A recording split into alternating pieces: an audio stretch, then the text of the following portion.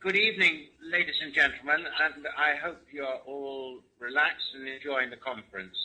And of course, I am delighted to be participating in this conference, which is arranged by our good friend Youssef Benamor, and very well done to you, Youssef.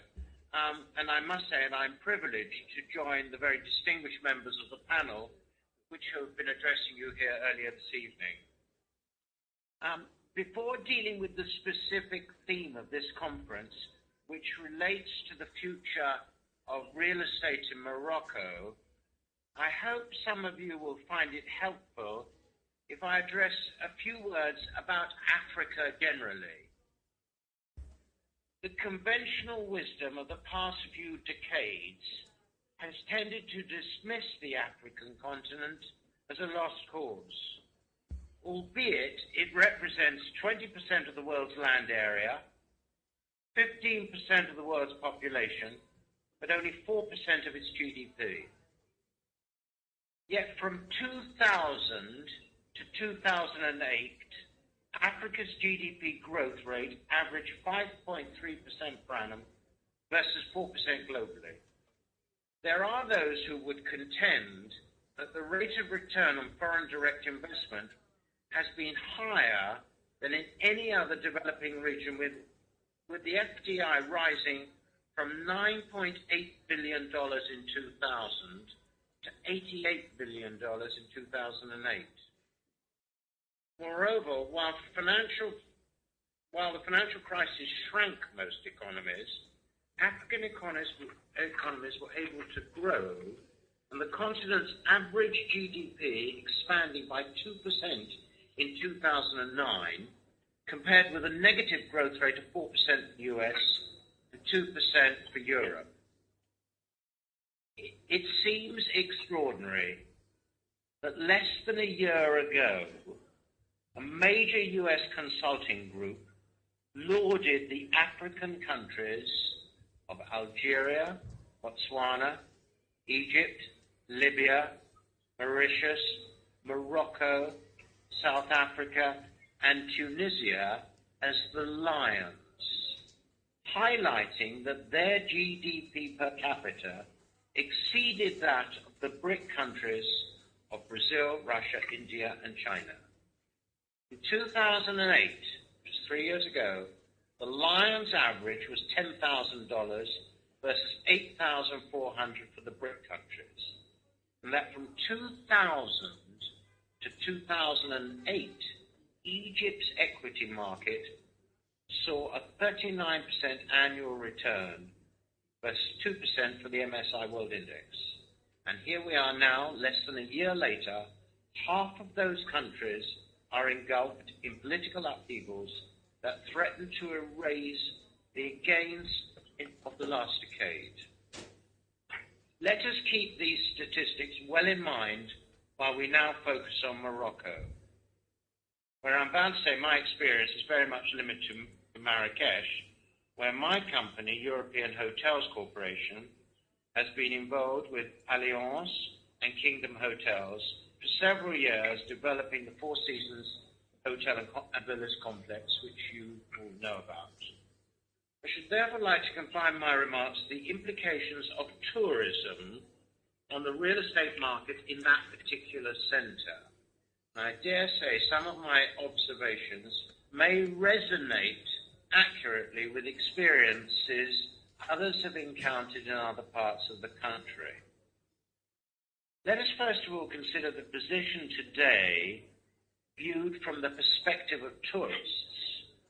And let me straight away say that whereas 50 years ago, or maybe even less, tourism was an adventure, today it is an experience. Tourism is global, and it's not whether they will try a particular location once, but whether they will come again and recommend their friends to the same venue. To be successful, tourism has to be a joint commitment by government, national and local, hoteliers, retailers, and citizens generally. Government has to be responsible in various ways, both directly and indirectly. to ensure that the infrastructure really works, that roads are passable, airports function efficiently, flights are reliable. Hotel operators must ensure that the service they provide is welcoming in the same way that retailers must genuinely give value for money. But finally, it is the community's responsibility to ensure that it is safe for foreigners to walk around, and I would even go so far as to suggest that locals should be extra polite and less surly. I remember some years ago that the mayor of New York forcing cab drivers to go on a charm offensive to encourage tourists. Moroccans are a proud people with a lot going for them. A monarchy in existence for several hundred years, a king highly respected by the vast majority of the population. We are not here confronted by an autocratic dictator.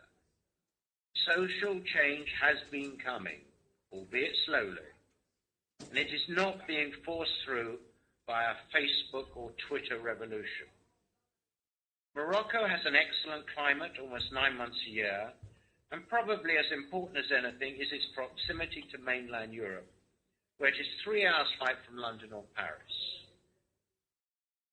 When Alami Lazrak and I originally thought about Marrakesh with 4 seasons, I remember well the idea that within a few hours you could be in another continent with a different culture was a hugely compelling argument. Whether it was 5-star hotel or riads, it offered a huge variety of scenic pleasures, from skiing or trekking in the high Atlas to intimate living within the heart of the Medina. Amazing beaches on the Mediterranean and Atlantic coasts. Not only challenging golf courses, but shoppings in souks, camel riding in the desert, to traditional belly dancers side by side with glitzy shopping. In other words, it ticked many of the normal boxes. All of that said, I have to admit that Moroccans, in their desire to please, frequently tell you what they think you want to hear, rather than bluntly explaining, sorry, it can't be done. It's better to know up front the rules of the game than to suffer months down the road harsher realities. My experience suggests that Moroccans have not yet fully grasped the fact that tourists not only have a choice, but that their country, like many others, is frequently being compared to other destinations. It is not only the wealthy who are demanding, but frequently the less affluent, who rightly or wrongly compare the service and the cost of alternative resorts. A frequently quoted inquiry would be, does an expensive cup of coffee in the town square represent good value for money?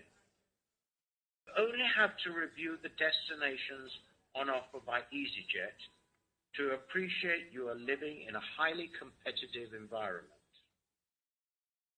There is nothing any of us can do about the weather.